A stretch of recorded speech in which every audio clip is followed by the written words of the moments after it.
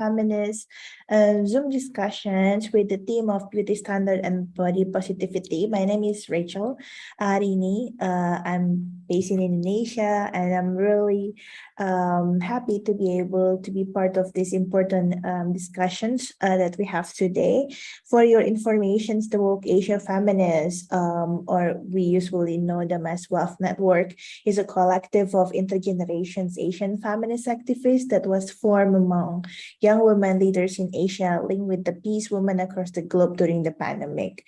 And this month, we will discuss spatial theme-related beauty standard around Asia and how to raise the awareness of the importance of body positivity, because we all know that beauty standards have always been extremely prevalent throughout human history. And today they drastically really affect our everyday interactions and also our mental health, especially due to the robust use of social media for marketing beauty products.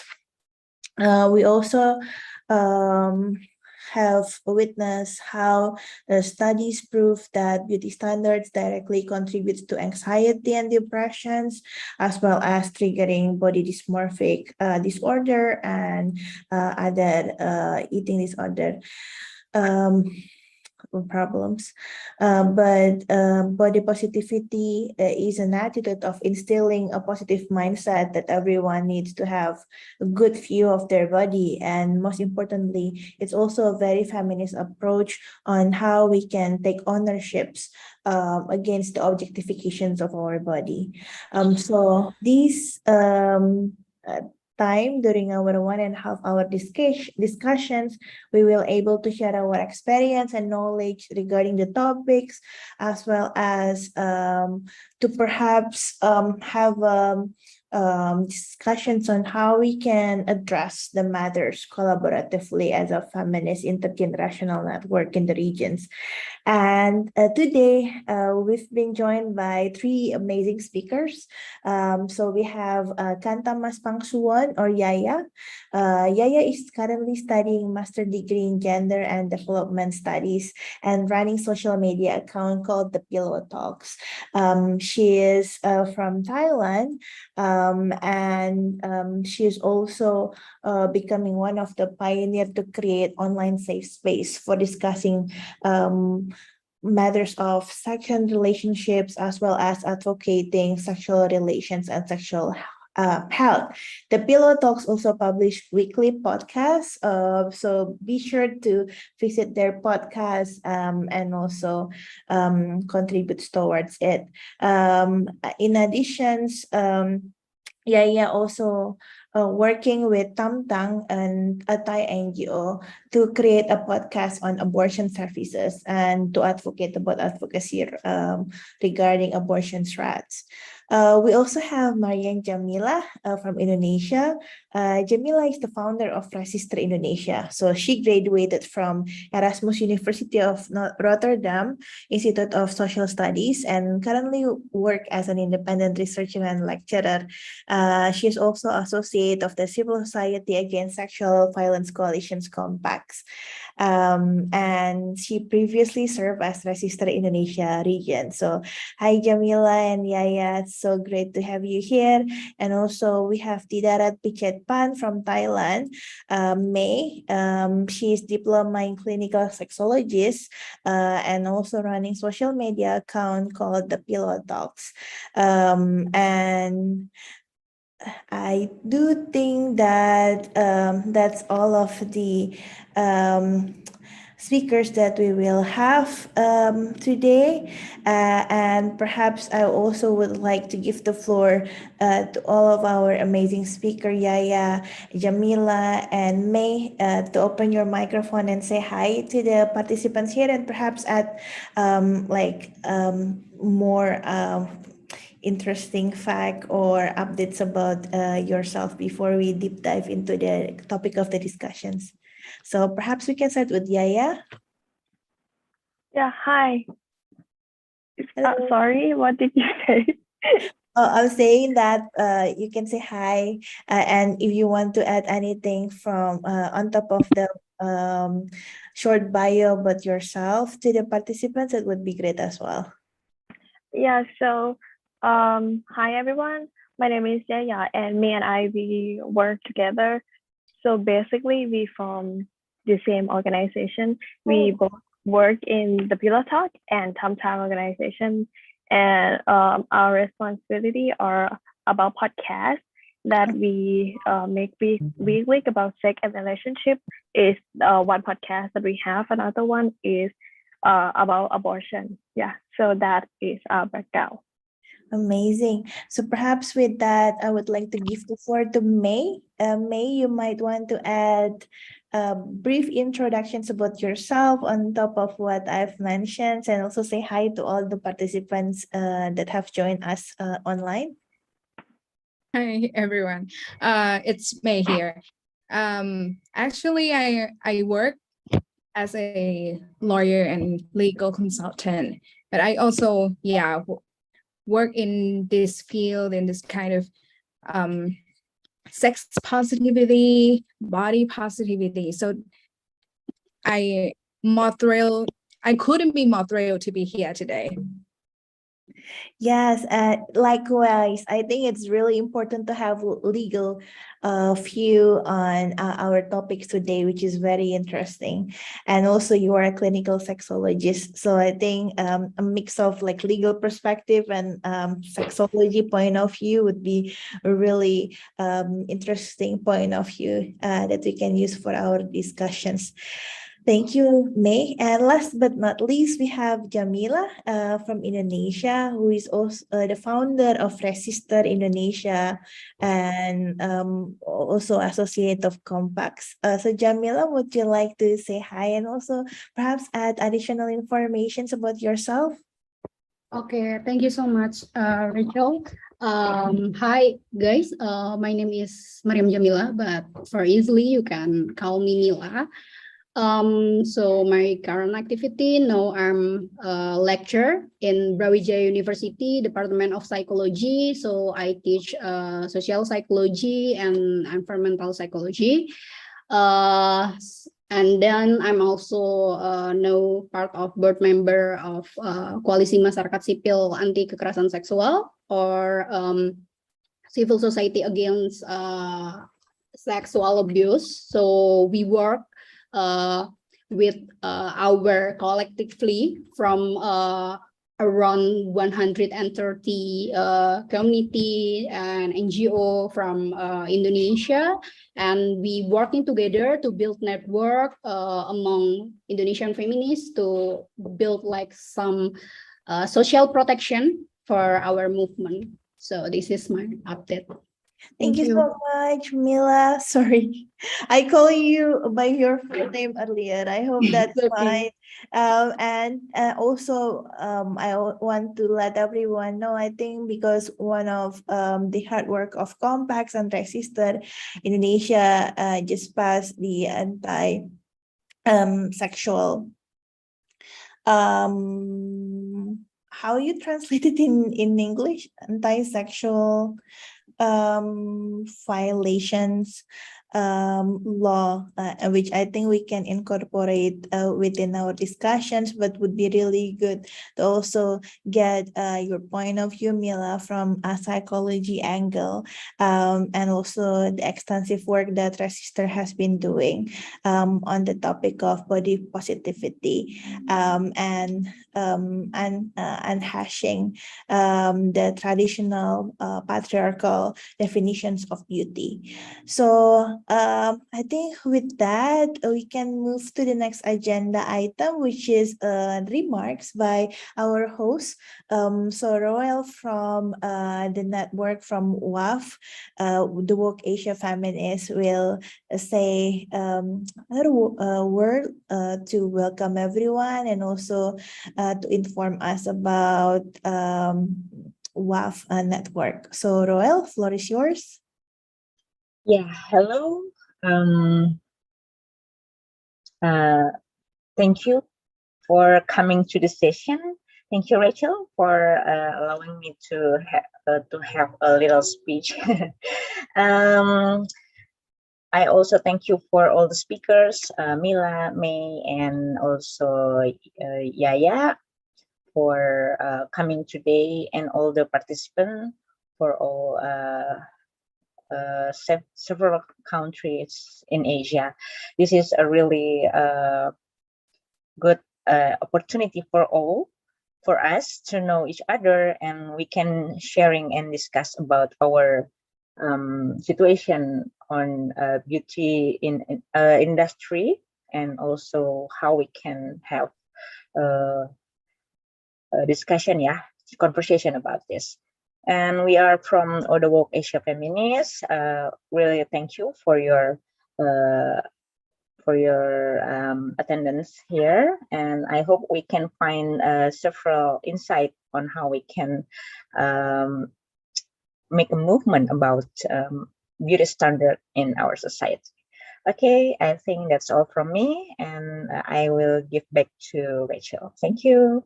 Thank you so much, Royal. I also would like to say many thanks to Anissa. I think Anissa's role has been very instrumental in creating these discussions, and also in this call we have Maolin, who has spearheading the WAF process. So I think all of the participants would like to acknowledge and also appreciate their amazing role in this discussion. So thank you for that. So before we deep dive into the discussions, I want to let you know that the sessions will consist of interactive questions for the three speakers. So there will be 4 to 5 questions on the beauty standards, body positivity, and others. And then after that, we will have a time for doing a question and answer sessions. But I know maybe some of you have very burning questions or comments, so I really encourage you to use the chat functions here to introduce yourself, and also parking some clarifications or comments for the speakers. I hope that's clear. And for all of the speakers here, I will start with the first questions. Yaya, Mila, and May. I think most importantly, we should unpack the discourse about beauty, and therefore I think it is very useful to know from your point of view about what is the feminist lens of beauty standard, or perhaps some historical grounding of why we have the current beauty construct as we currently have, what's force or factors that shape the quote-unquote traditional heteronormativity and patriarchal beauty standard. And in your experiences, or perhaps in your knowledge, how this current beauty standards affecting women in their daily life? I know that's a lot, but it would be good to kind of like unpack the history of beauty standard, what factors that construct the discourse, and what is the effect to women in their daily life. So maybe we can ask Yaya and May first to share their thoughts on this. Yaya, would you mind to kick off? Yeah, I can. So yeah, that's a lot. So I think part of the beauty standard, I think it exists because people want to be accepted, and fitting into the beauty standard is all about being accepted. I mean, like for the context of Thailand, there are so many stereotypes for being beauty, and it keeps changing. But two things that keep staying in Thailand is to be white and to be thin. So I think part of it is because the cultural context of Thailand. If you are white, that means you are from upper class, that you are wealth and rich. So if you're white, if you are Itu kayak pretty, doang terakhirnya nggak pakai Wikibit. that means you are being accepted as, you know, as a person. Sorry, yeah, about that. And I really hope that others perhaps can mute their microphone while we're having the sessions. Thank you so much. Yeah, do you want to continue, or is it okay if I ask May for her additional thought on this? Yeah, you can. Yeah, May, you can say I was talking about beauty standard in Thailand. Mostly, I discussed about being white and being thin as the part of cultural accept in Thailand. So, May, what are your thoughts on beauty standard in Thailand? Yeah, first thing first, I want to say that this questions is really big and huge. Firstly, I want to say that beauty standard, it is standard that we as a society set that what beauty looks like. Like it could be different in countries, but yeah, like Yaya said, in Thailand, and I think many countries near us share the same thing. We value white skin, we value skinny body. And I think we can talk about that, why we value this kind of things. Thank you so much, May, for that emphasis on the ideal of being fair skin, of having certain type of body shape, and also how this is linked with class, with economic resources, etc. I think this is very useful to take note of. And Mila, I think would be great to hear from you on what's the factors that shaping our society to have such common ideals of beauty, and if you can hash out some other example from Indonesia context, that would be well appreciated as well. Mila? Okay. First. Okay, thank you so much, Rachel. Okay, the factor that impact the beauty standard, it's I found like a lot of factor about it, but the one who most triggering me, it's colonialization. So our experience of colonialization by the Dutch people. So before the time, Indonesian women only have beauty as a character. We never hear about the standard. We never hear about the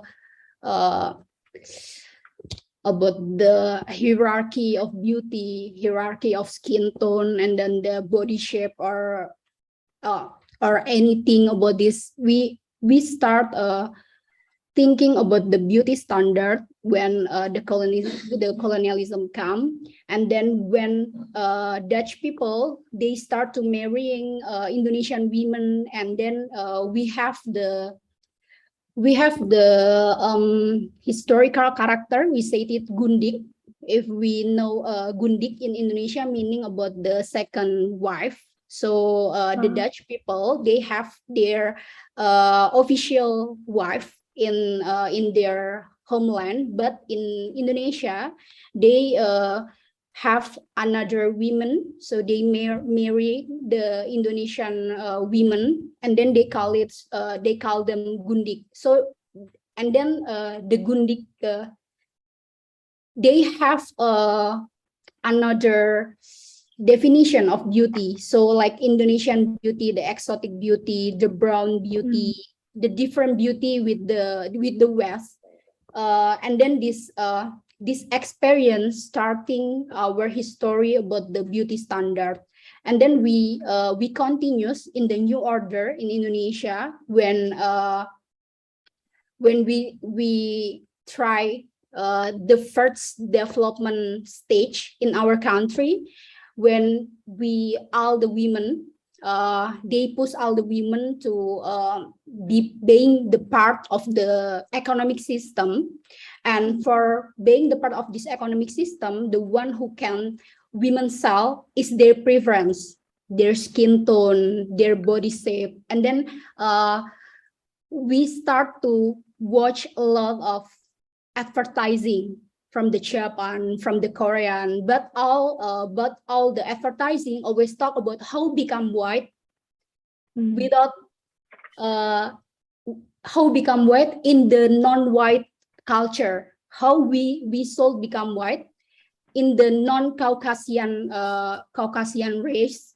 So the North Asian try to give like some advertising about how the beauty is when you become white, even you are not Caucasian, even you have the different nose, the different age, but you can still have the beauty as long as you are white, as long as you have the good body shape, more good body shape than Caucasian women. And then yeah, this is the ground of our standard about beauty in Asian, how we always until now we still stuck in this battle about how to be beauty, Asian beauty, the white Asian beauty, the one, or the European, the American, the West beauty. But it's all just about white. It's all just about hierarchy, and all of us just think that okay, this is part of our experience about colonialism, how we try so hard to be our colonizer, how we try so hard to be refill, to be free from our identity as a colonized country, as a colonized race, as a colonized people. And we always try to be our colonizer because we still think that our it's the only way to be powerful, it's the only way to be have the same stage with them. And then yeah, this and also in another factor, the capitalism, the advertising, they work in the advertising, they still like push all the women, all the girls to believe that you should be beauty in your Asian face, in your white, in your different white. So it's just like utopia. If I think in Indonesia, so like Indonesian people, they have a lot of different kind of beauty, but they always have the one term. It's about the skin tone. It's whiter, it's better. But if I just have some research about the beauty standard in the body shape, it's only happen in the big metropolitan city, in the developed city, who have like a standard about the body, who should be curved or should be skinny. It just only happen in like a big city. Because like if we come to the village, come to the smaller city, come to the countryside, or come to the indigenous society, they still think that body shape, it's no matter. Like if you are a woman, you get married and you get very skinny, people gonna say, why you get very skinny? Are you stressed? Are your husband never give you food or money to buy food, so you get going skinny? Or if you get fat, it's like for the example in Madura, in my hometown, they like more people, they think beauty is like if you get not really skinny. So I think the body shape is not really the one who have strict standard about the beauty, but we still stuck in the white standard. How if you get lighter, how if you get brighter skin, So you're gonna win. You're gonna be the beauty, the most beautiful people, and you're gonna make the Caucasian colonizer it's low than you. So this is I got about the our history in Indonesia about the beauty standard. Well, thank you so much, Mila. That's a lot of food for thought. I think you are really on point when you are bringing the colonizations and how the new order hegemony about stereotype of quote unquote good women actually like putting our body into their control as part of the economic commodity. I think that's really hit the spot because perhaps this is different realities with Thailand who have never been colonized. And also, I think you also mentioned on how the appropriations that women are aiming for is not only stem from society or public acceptance, but also like power dynamic with our post-colonial history. I think this is really powerful. And I'm also happy that people is already giving a lot of response in chat, sharing how this is very resonate with their contacts, with their experiences. So please keep it going. And thank you, Mila, for giving a really ideal transitions to the next questions. You mentioned about how capitalism, neoliberalism is really in contrast of what we believe in feminism, and also how the advertisement industry actually creates unrealistic beauty standards. Currently, we are living in a very digitized world, and some of the big tech is owning social media, and they have very toxic business model that focus on sensationalizing content to generate marketing money.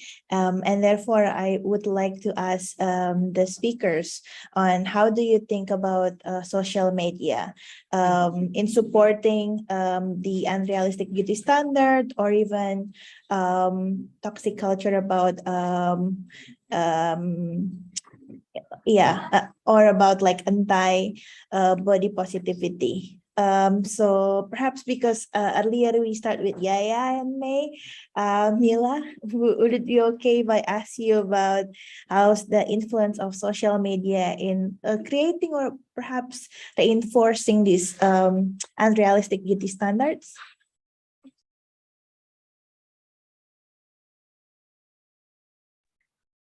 Yeah, so I'll answer first. So I think we are living in the era of, influencer. Like, I mean, I addict to TikTok, and every day that I get into TikTok, there are so many influencer, like beauty influencer, even technology influencer, but everyone share the same beauty standard, especially people who are from Southeast Asia. We have this type of, beauty and pretty, and I think, I don't know, like when we look at a beauty influencer, we know what to expect from them because it's kind of their job to be pretty, to be fit into the standard.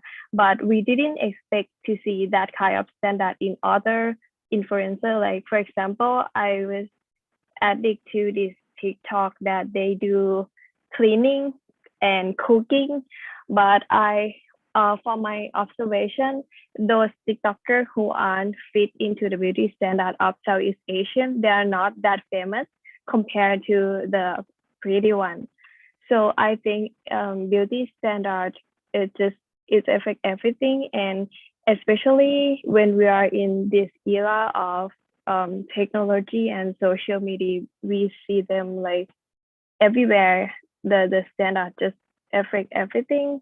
And when we talk about the capitalism, it just, I think it affects everything. And I don't know, I keep I keep repeating myself, but I really want to emphasize it because when I want to buy something, I search into the Google and I see this review of stuff, and these people are just emphasizing and talking about how important this product is and how we need it. It's like I have seen so many advertise about shaping women hair and laser and Botox and filler and everything. And people keep saying that it's necessary that you need to get Botox before you turning 30.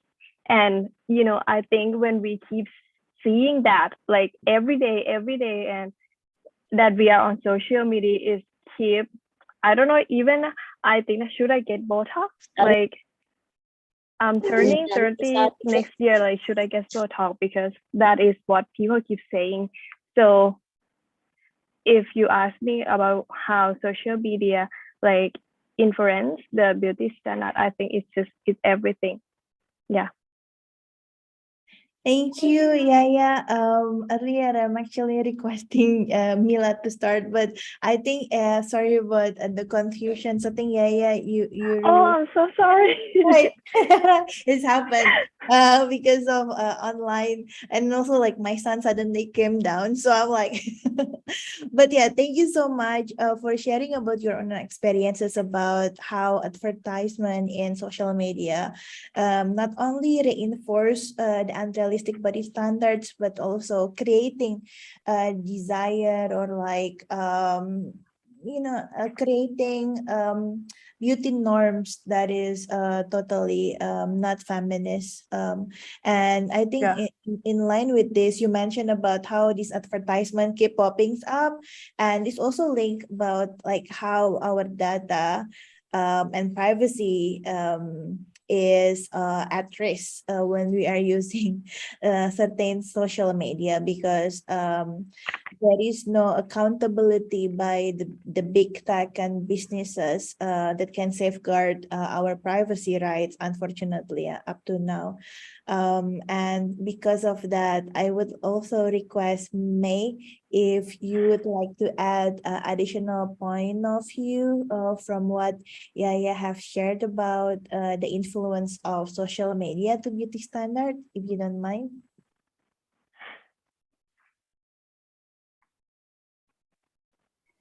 Sorry. I think now we all realize how powerful social media can be. Like, we use it every day, and we can't deny its influence towards us. Like, and we never experienced something like this before in the past, before the digital age came. Now that we see someone online, and you see how many shares they get, you see how many likes they get, and you feel like, oh my God, look how many people adore them, and it makes you want to be like them somehow. Like, it's like Yaya said, sometimes you just didn't want it, but they make you want it. They make you want to be like them, and they make you feel like you have to be like them. Earlier you asked about the effects beauty standard towards women, and how we face it in daily life. I just want to say that one of the most important thing, one of the most important thing that I want to say is we miss opportunity. It's the opportunity that is taken away from us, who doesn't fit in the beauty standard. Like Yaya said before, maybe you have friends who you think they are so talented and they deserve more than this, but they don't have the opportunity to shine. I think it's like they you have different, maybe it's you that you feel like you have more to offer, but because the beauty standard that people say that you don't fit in. Yeah. So yeah, that's when we talk about social media, it's more, it's influence. I think it take huge part about beauty standard. That's it. Thank you. And thank you so much, I think, for bringing up how social media is not only affecting or influencing beauty standard, but also like our mental health, how we feel about ourselves, our awareness, our self-awareness on self-concept due to beauty. I think this is very important points that also resonates with most of us here. And with this, Mila, actually, I would like to know, like, do you have additional points about how social media influence beauty standards and perhaps like some initiatives in Indonesia to address the negative influence of social media to beauty standard? Okay, thank you, Rachel. I think Yaya and me have been give us like a comprehensive example about the influence of the social media on the beauty standard. But I think I need to remind us that the social media is fuel of the anxiety. So people only come to the social media when they have like time, when they have like rest time, when they didn't have anything to do in the real world. People will never come to social media if they have a job in another social media. Even we know that a lot of people work on the social media and also building a big construct and a build discourse on the social media. But in the start, social media come for the lonely people, people who never get the validation, people who seeking for reassurance about their life, about their image, about their self-esteem, and then market from the capital, from the beauty industry can come and give us a lot of discourse what they need. I will come to the some example who exists before the social media, but they have the same patch about this. It's about the Barbie culture. So in the start, Barbie culture, it's work on all the advertising in the television. So all the girls in the West who have access to television, they saw about the image of the Barbie, about the image of the women with their skin tone, with their body shape, with their character, still feminine but independent, still feminine but strong. And this has become the standard of the beauty, the standard of the image of the women. And then now, when we have social media, a lot of people can have access, which is social media, it's free access of information. And we start to eating the same discourse about this. We start to saw how if a woman or a people, if they have more likes, if they have more subscriber, if they have more viewer, it's like they are the true of the beauty. So if you're seeking for the beauty, let's look to the anyone who have more likes, anyone who have more viewer or subscriber, and then they become a trend. And this is really easy for capital, for the Instagram to manipulate our algorithm, to manipulate the viewers, to manipulate the subscriber, just to sell the discourse they want. And then the people who come with loneliness, who come with seeking validation, they gonna eat them alive.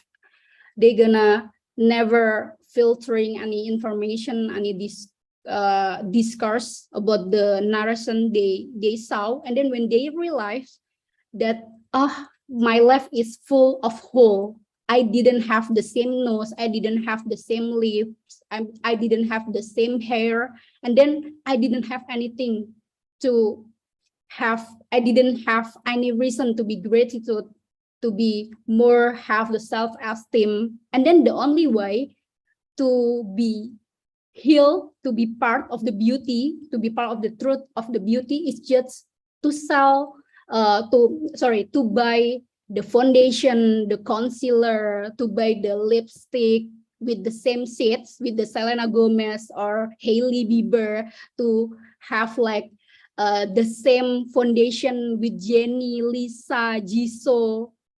So it's the only finish they want. But we eat them alive. Like this is the truth. Like this is the truth of our life. Like this is the only role we should take if we want to be happy. And this is like the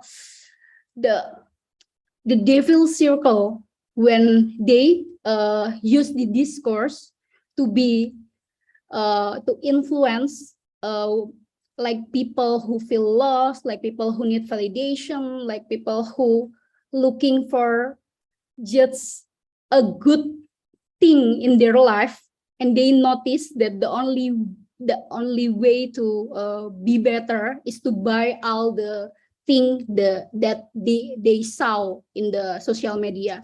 So I just look like social media, even they still exist or not, like market and the capital will always find a way to give you this beauty standard discourse. So you will always to buy their beauty product, even if Instagram get banned, even if the Facebook or Twitter get banned, they will always found another way. So this is like, this is not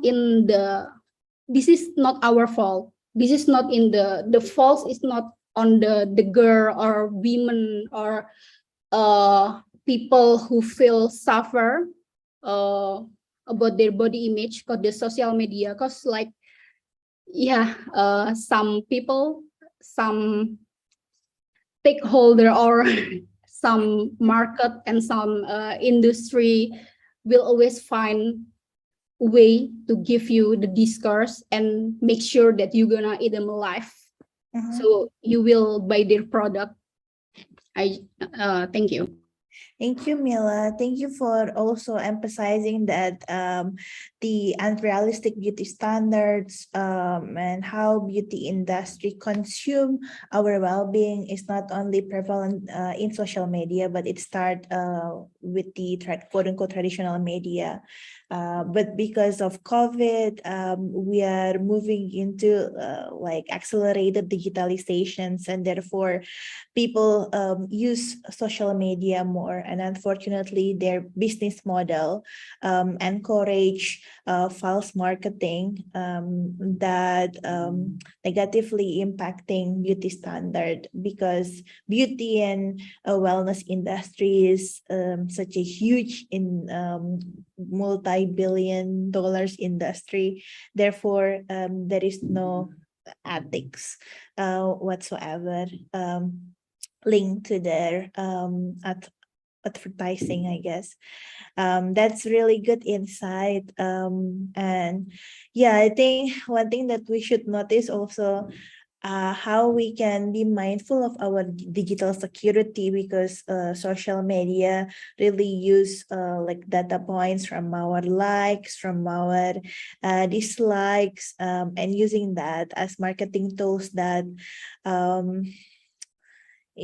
further impose these unrealistic beauty standard to us, and unfortunately this is something that they have not being accounted for at all. So this is maybe a good transition to our next questions.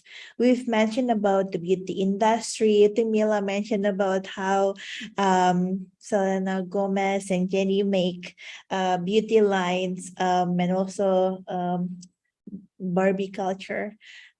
So what should we suggest to beauty industry and our media to support realizations of diversity in beauty beyond their marketing gimmicks, if I may? And perhaps I would like to start with Mila first to provide her thoughts on this before we go to our Thai speaker. So Mila, Okay. sorry to put you in the spot like this. It's okay. It's okay. Thank you, Rachel. So, yeah, beauty, it's really like depend on the multicultural. So, where you grow up, you're gonna have different standard of the beauty, different standard of the good preference.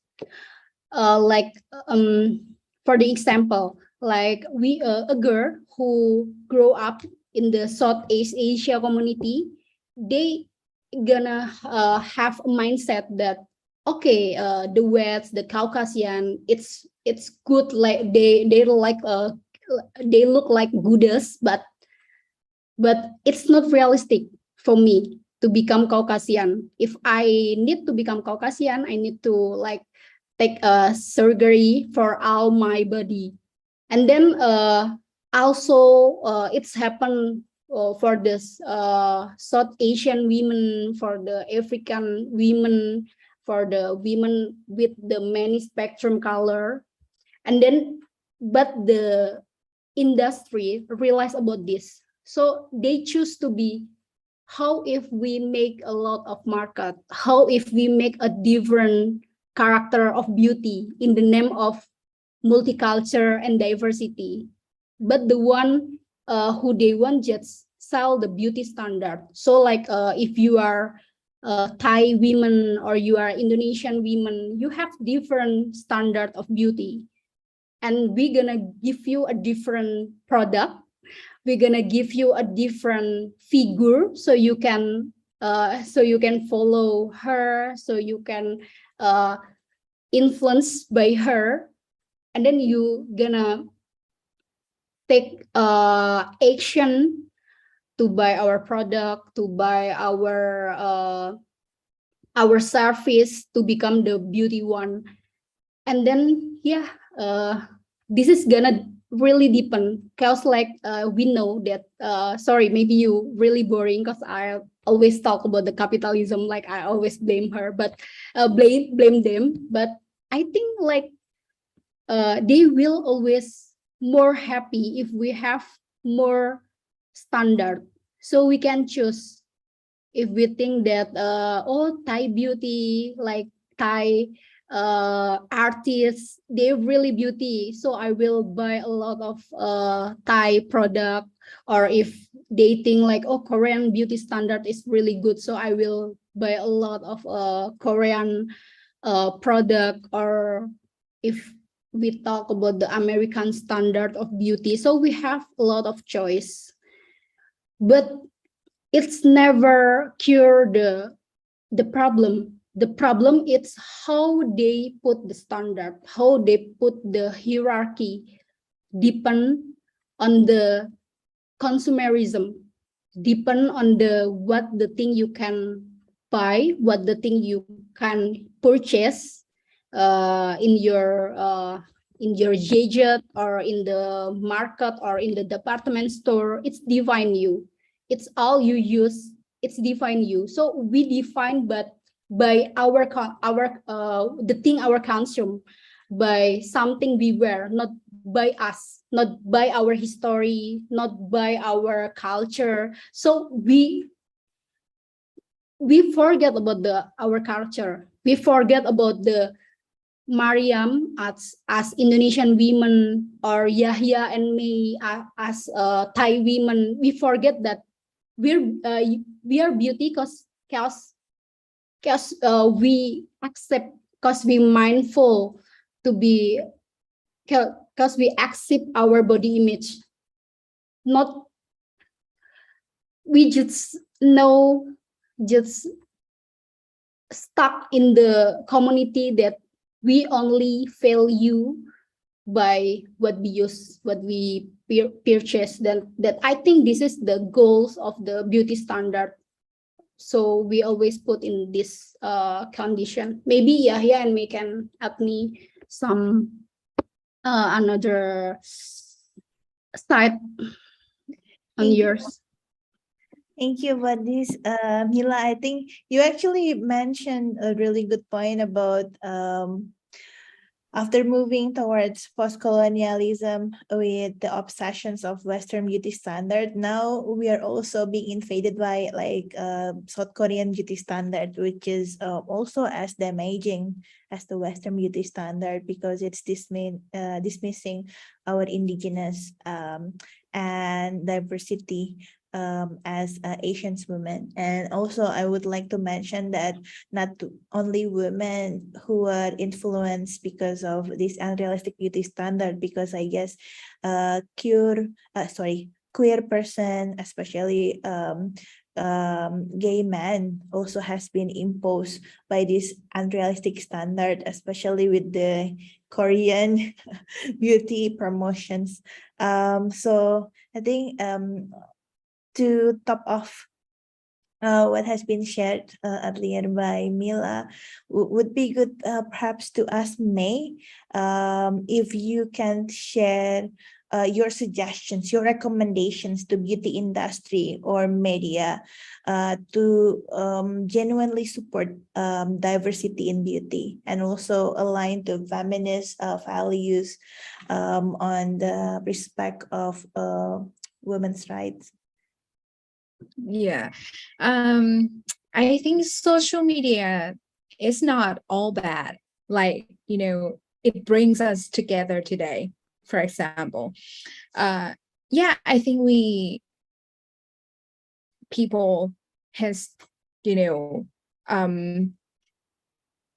make a statement stronger this day that we want to see more diversity in beauties, diversity in body types, diversity in genders. As you can see, more brands like beauty brands,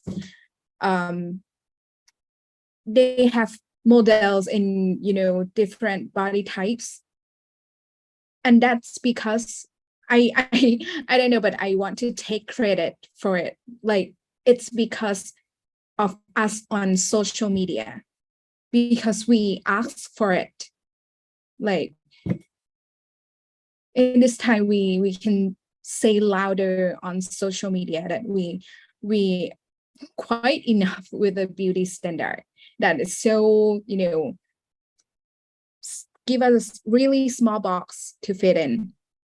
So now we say louder that we want to see more diversities in this area. So yeah, that's this.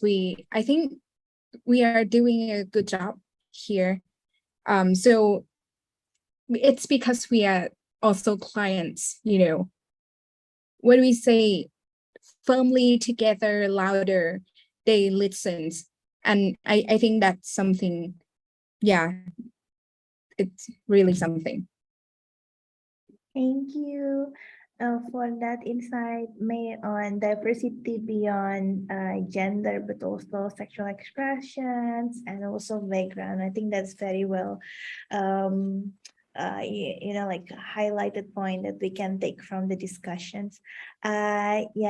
Do you want to add on that? Yeah, I agree with both of you that about, I think one thing that made beauty standard exist is because, the capitalism and what may, like you guys said, and what makes it is important that we are, how to say, like, we are the people. We, no matter how much we hate it, we are part of this capitalism. We are the customers. So I mean, together, if we make some noise, if we talk like loud enough that we want more diversity about the beauty, about the body type, about gender and everything, if we together like more enough and loud enough, they have to listen, because eventually the purpose of them is to sell their stuff to us.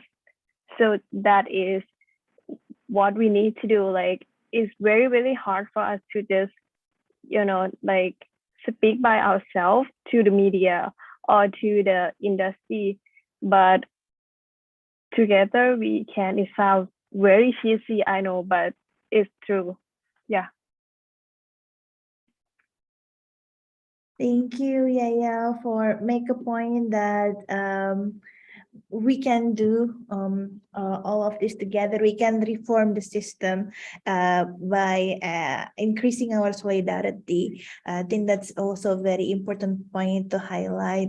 And thank you so much for the comments in the chat box. I think it's a full reminder about the discourse of beauty, and also like who are being impacted to it. And I know that there's a lot of burning questions, so please use the chat box to share yours. And we are about to begin the Q&A sessions, but before that, there's one more question that I want to ask to all the speakers. So stemming from what we've discussed from the discourse of beauty standard itself, like what are the factors that influence it, how social media influence it. I actually want to get your insight on how we should address or act on the current beauty standard, unrealistic beauty standards and stereotypes that are dismissing the feminist values and principles. So in short, what collaborations or response that we should do together as Asian Feminist Network. And with this, perhaps I want to ask Yaya again to pick your brain on what are some collaborations ideas beyond the Zoom webinar? This is hard. I have seen so many solidarity of feminism all around the world. And mostly I think Asian feminism will become more and more strong. But one thing that I myself cannot figure it out yet is how we make it into more in mass media.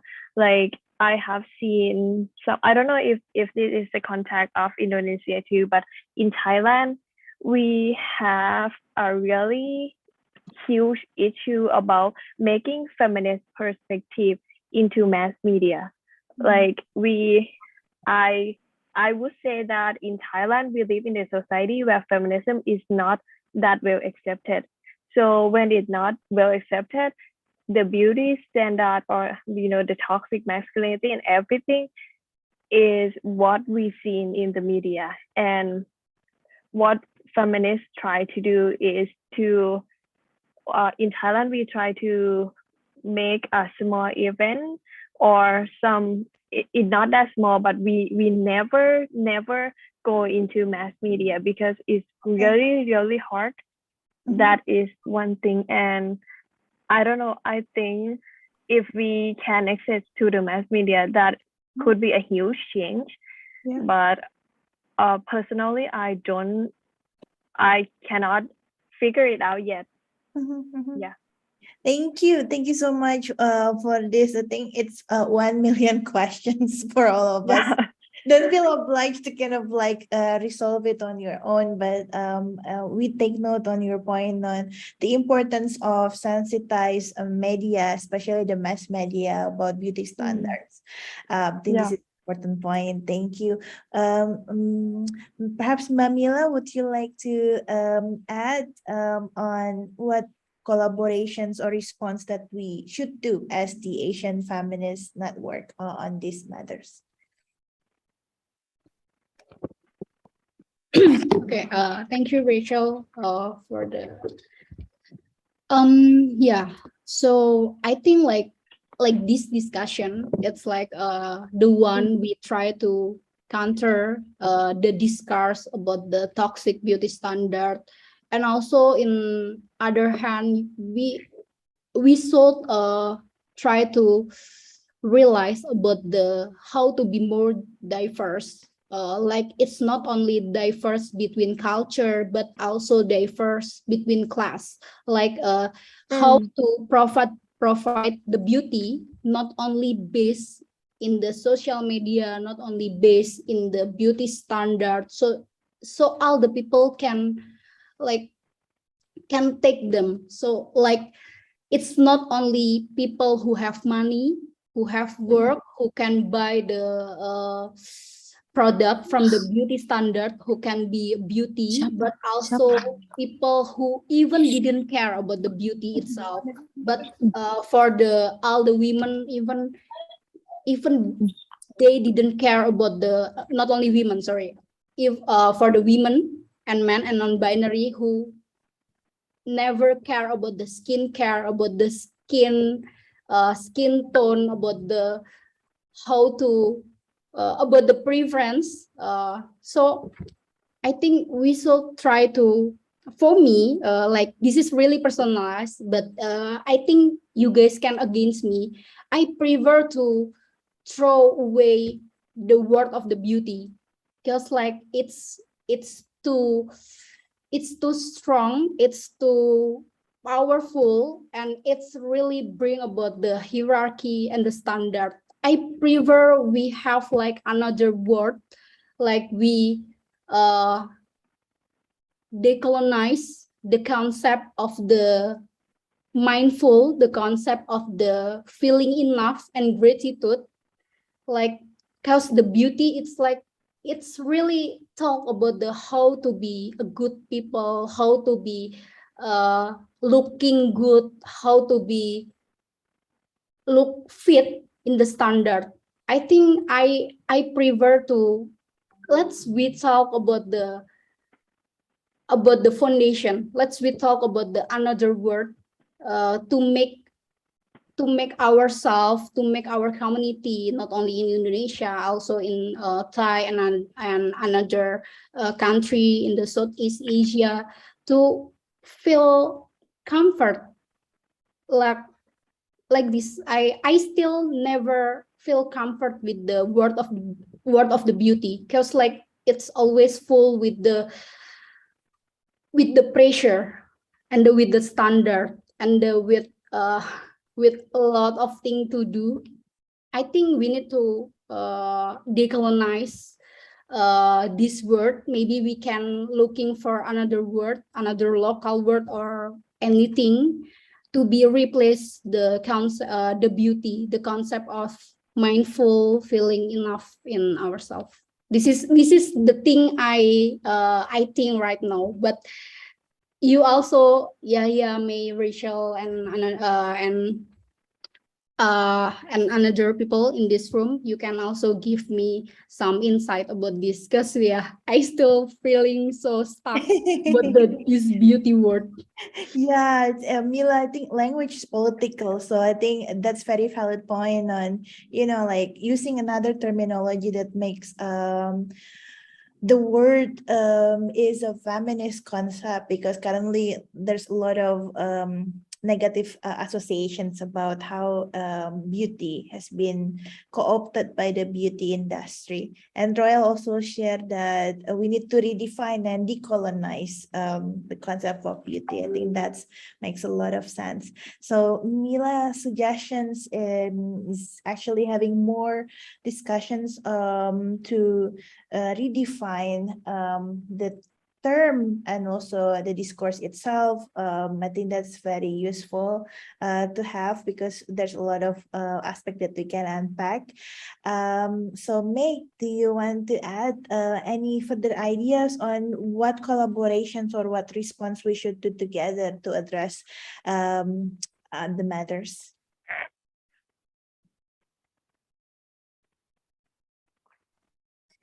This is really, really hard questions, but I have a story to share. I'm not sure if any of you here is a pageant fan, the beauty contest. I'm not sure, maybe a year or 2 years ago in Thailand, we have a beauty queen that's not like the other queens before. She's her name is Anne Chile Scott Kemmeth. I think she was a first non-slim beauty queen. And she came up with a campaign, Real Size Beauty. And it impacts a lot in Thailand because we have never had beauty queen in her size before, in her body type before. And it means a lot to me because, it was the first time. It was the first time for people in my body type to believe that we can be the beauty queen, because we has been told the whole life that you can't be on that stage. The stage reserved for only people who with slim body, with the perfect body in their definition. But having her on the stage, it gave us hope. It gave people like me hope that we can be there and we are beautiful too. So I think maybe it's not like deleting the word beauty or beautiful. Maybe it's about you know that you are beauty in the way you are. You realize the beauty within you, and it doesn't have to be what people said, what capitalism said, or whatever said that you have to be. But yeah, I think the beauty of feminism is we believe in choices. If you want to be called beautiful, you should be. If you want to be if you want to use some other words, yeah, that's your choice. And I think that's the beauty of feminism. I think that's why we hear it, why I think redefine, yes, but like we try to give more space for people in different looks, different body types, different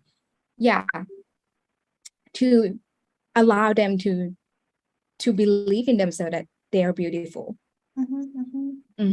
So like self-positivity campaign, perhaps, to kind of alter and safeguarding us from like all the negative influence about body stereotype, beauty stereotype that has been going around social media and also mass media. I think that's really useful ideas that can be discussed more. Thank you so much for that, May. And everyone, I know that you've been waiting for this moment because this is our interactive sessions. So we will have 20 minutes where you can ask questions, seek clarifications, giving comments, or share your appreciations to the speakers. So you can simply use the button to reactions button to raise your hands or submit your response in the chat. Anyone would like to start with raising their hands? Oh, sorry, Lydia. Sorry, I didn't see it. So Lydia, please, the floor is yours. Unmute your microphone. Hi, good day. It was a very interesting discussion, and I'm really thankful for everyone. As a brief introduction, I'm an Indonesian. My passport is still in Indonesian, but I don't live there anymore, at least in the last 1 year. Yeah. To be honest, Kaolin can also confirm later that I always am very engaged with this topic. And to be honest, there's so many thoughts right now swirling in my head. I'll just comment directly to my experience that when I was working with the advertising field, I think back in 2019 or 2020, I think. So basically, at the time,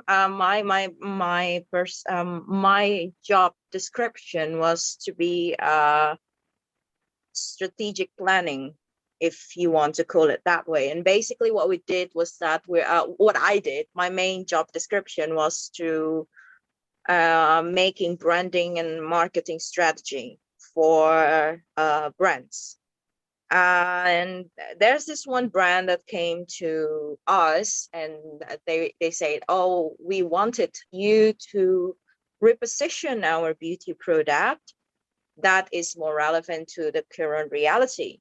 And I'm still young. I don't want to look like I'm a grandma, but I was a lot younger then, and I was a lot more unwiser than I am today. So, and I was into feminism already. So what I was thinking, okay, let's do this, let's just make it this about beauty, inclusive beauty, introducing different colorful tone of Indonesian people, because as you can see, I might have a very fair skin. And then, in Indonesian, that looks like it's beauty. But then from time and time again, because I grew up fat, and my body has been a subject to the political. I call it body political, that because I'm fat, I'm unworthy. Because the moment you say a girl is fat and say she's ugly, what she translated in her head is that she's less worthy and she's less capable. And that's damaging. And basically those things that are introduced to the brand saying, oh, beauty is inclusive now, because it was already in the early 2020s. Come on. Yeah. And then what they responded was very harshly. They said, oh, you don't know what it means for us. So you clearly do not know our brand. You clearly do not know what we are looking for. So they terminate the contract on all the strategy that I was building upon.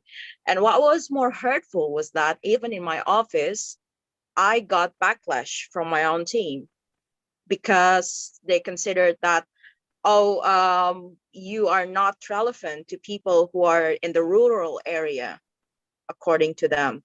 And I got several, I'm not comfortable to discuss the impact that directly affect me, but I tried. That's the point. And then there's a lot of losses that I experienced personally as a person.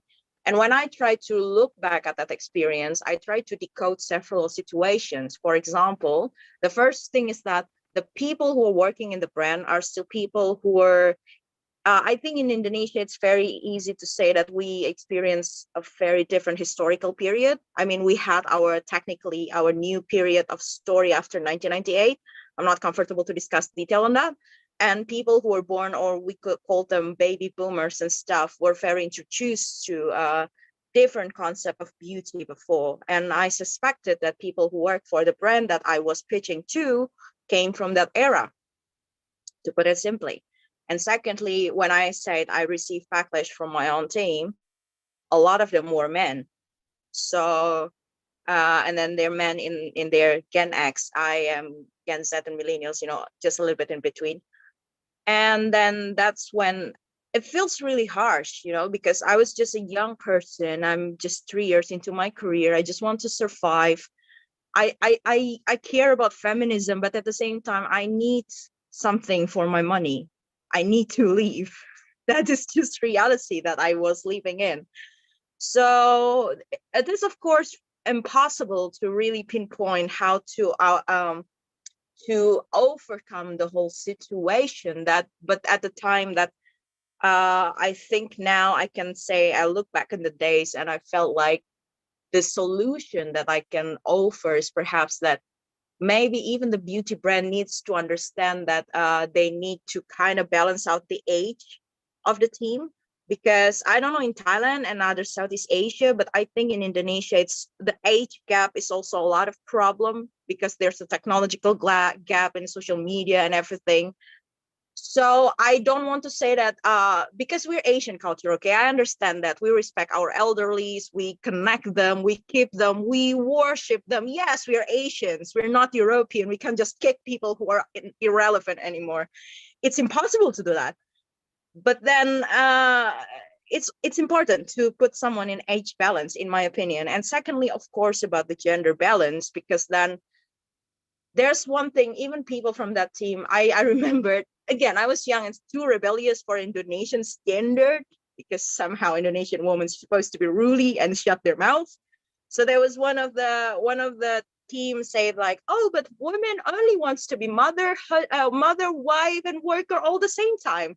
And I was so angry. I told him, well, you're a father, you're a worker, and you're my boss, and nobody makes every identity of yours like that. Now that you're working, I never measure you're a bad person because you're a bad father for working here all day. But now I'm here and I don't have a boyfriend. It's just hypothetical. I don't have a boyfriend and I don't have love life. I don't have a family. You say I'm a bad person. That is not okay, you know? So yeah, those kind of things. And another part of the discussion that was because of course I pushed back when that case happened. And then still some part of me wants to respect my bosses because they have been working in the field for 20 or 30 years. So there must be some truth in what they said, right? And they say, so imagine, Lydia, you're talking to someone in a very rural area. They don't even know social media, or they know what social media is, but you know, algorithm. So the contents that are trending there are very different to the contents that are trending in your place. You're a well-educated woman, you're privileged, you can speak English and multiple other languages. So of course you can always access feminism and everything, but they cannot. The trends that they're seeing is still something related to beauty is white and beauty is slim and beauty is being a mother and blah, blah, blah. So you have to position your feet in your, position yourself in their feet. And even though I have so many things I go against that, there's some truth in it, to put it simply. And secondly, lastly, sorry, I've been telling a lot of story now. And the second part is that I really wish that I don't receive backlash in the future for saying this, but I want to play a little bit of devil advocates here. But because I really see that sometimes women really capitalize their beauty. And it's just reality. It has been done for years and years. For example, I grew up Christian. There's several queens that were known for their beauty, and then because they were known first for their beauty, and then they were introduced to the palaces, and then only then they can be recognized for other things. You know, that they're capable, that they're leading and stuff. And I would say, is it a bad thing that you capitalize your beauty? Because some people do have beauty that is beautiful based on media standard. Let's talk about media standard here. You know, I don't know where media standard came from, but like there are people who are actually fitting into every single detail of beauty that were dictated by the media. And some women knows how to use it. And to me, because redefining languages is really hard.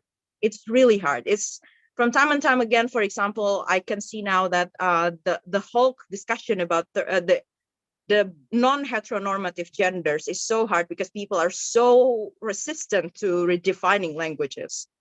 So I think I can't solve every single problem on earth. Sadly, I wish I can, but I can't. So I think even if people want to say that they're beauty and they still want to keep on that term, maybe it's good that everyone has the consciousness that they're measured upon that. You know, if they say I'm beauty, and then of course, if you either or not a woman wants to admit that or not, some women who looks beauty as the per standard says are introduced to better opportunities. That is just survival. That is just reality, sadly. Because I fall into a quadrant that says ugly. Of course, people would say you're not ugly, but because I'm fat and I don't look size 2 or size 3 or 4, I've been told my whole life that I'm ugly, you know? And of course, I've been denied of chances from over the time that I was in. So I felt like some other women don't experience that. And they are, of course, offered better opportunity because of that size and that beauty or whatever. And for me now, what is important is that they understand that they are holding accountable to chances that they are bestowed because they're beauty, and to lift up other people that perhaps sadly don't have whatever beauty is and therefore are denied of the opportunities. Thank you. Thank you so much, Lydia, for a very rich response, and also for underlining the fact that feminists also is very diverse constituencies itself. So we also need to cater our response towards the diversity of our background, our access to internet, like our language familiarity, etc. And really also appreciate that you have shared your experiences. I know that it's not easy at all, so I truly would like to acknowledge that your experience will further enrich our discussions, and also will fuel us to decide the next step forward. So thank you for that. And I just want to check if anyone else would like to provide further questions, clarifications, because we only have 10 more minutes, so would be good to get your response or specific questions to the speakers, perhaps.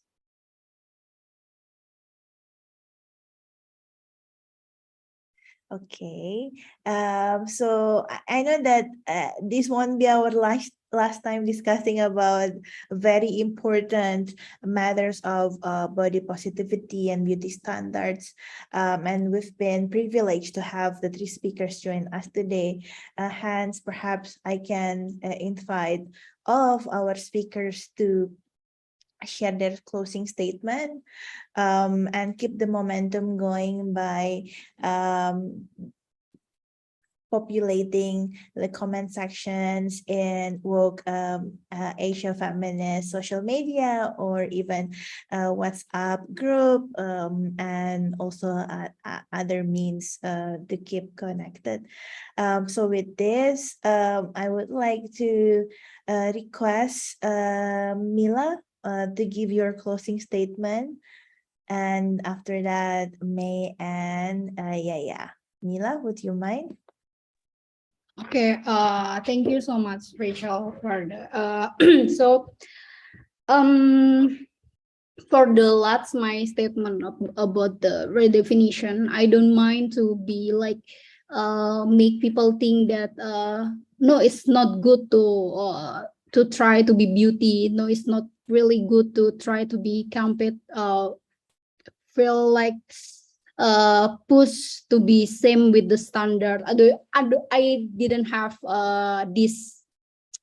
I don't mind about this. I think like I just think like about what my experience. This is only in my side, and I just realized about when my said that, and also Lydia said about some people, even if the beauty it's a house, it's maybe not really wise if I try to let's burn this house, because this house have a lot of toxic, have a lot of snake, and have a lot of danger in the inside of this house.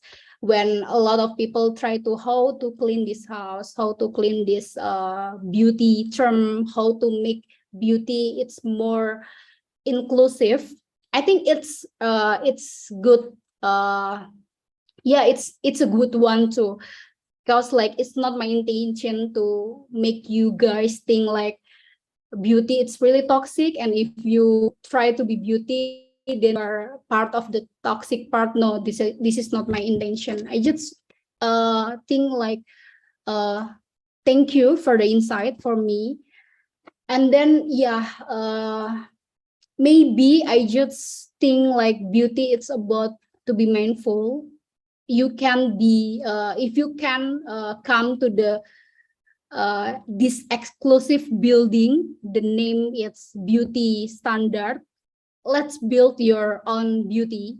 Let's build your own kind of beauty with many diverse with our diverse skin color, with our diverse body shape, with our diverse culture. And this is we can do this together. We can do anything to make sure like that our community, all the people in this place have the same access to be happy, even if they try to be beauty or not, even if they have the concept of beauty or they love the beauty and they want to reclaim the term of the beauty. I think I just think that the more important thing is let's to be mindful. Let's to be mindful. Let's accept our body image. Let's to understand that the beauty outside, the beauty building who really hard for us to come in, it's just manipulation. It's just like unrealistic and it's not fit for us. So let's build another building, another inclusive building where we can happy together in this house with any kind of way we want. Even if you didn't want to mention this building is beauty, or if you want to mention this building with beauty term, it's okay, as long as we can stay in this together and happy and being mindful and never suffer from the unrealistic standard. Thank you. Thank you so much, Mila, for that closing statement, and also for reminding us that perhaps this is the right time for us to re-own the term and make beauty to be part of feminist dictionary without trying to rebuild everything from scratch. Thank you so much for that. May, do you want to give your closing statement before we end? Yeah, I think the reason why we are here together is because we realize and we are aware that there are many people suffering from beauty standard, and that is why we try to stop that from happening. Because like we have discussed before, the beauty standard, what beauty standard has taken away from us, and we're trying to state that, to make people realize and aware of that. And for that, I think in word beauty has place for everyone. Like beauty, the word beauty doesn't reserve for only people with white skin or skinny body type or big eyes, high nose bridge or something like that. They have place for it, has place for everyone. So I think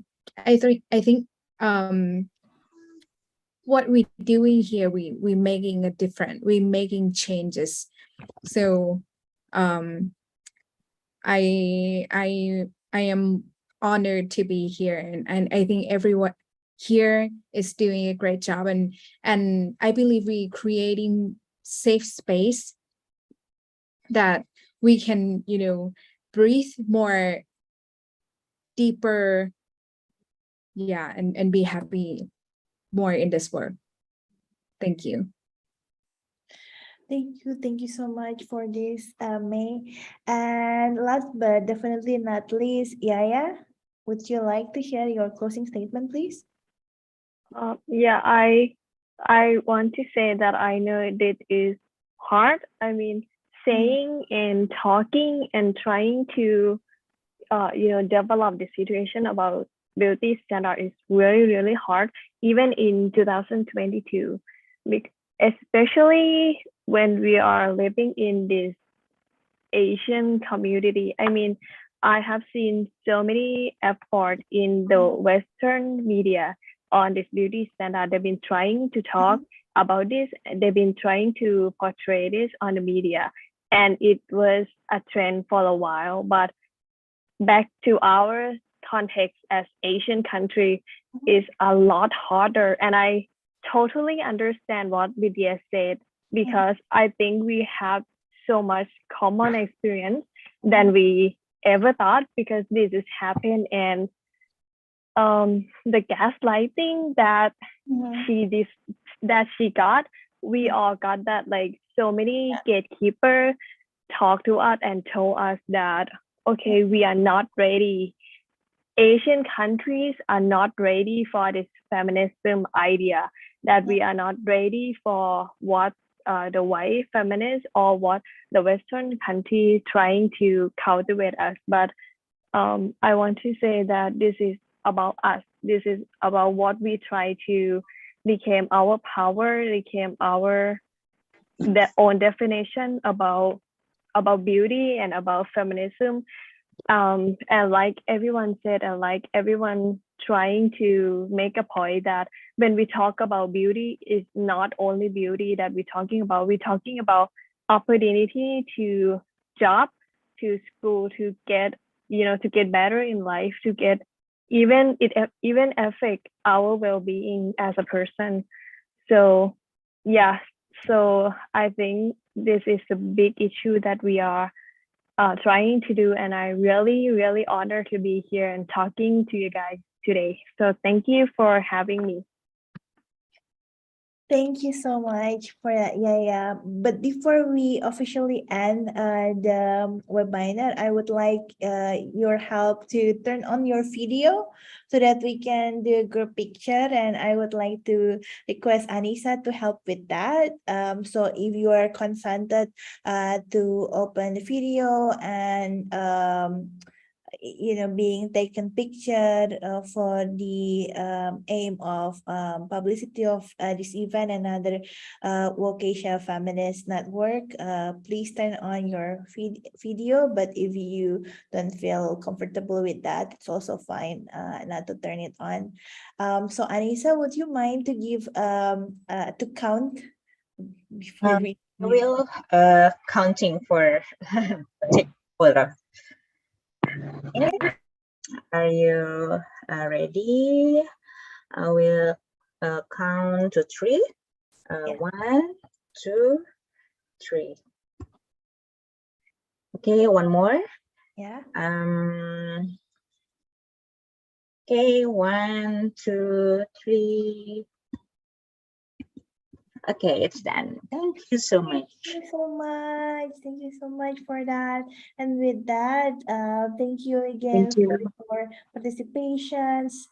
This would not be our last discussions about the topics. And hopefully, the follow-up ideas would be able to reconnect us in other opportunity. Thank you so much. Have a good night. Bye-bye.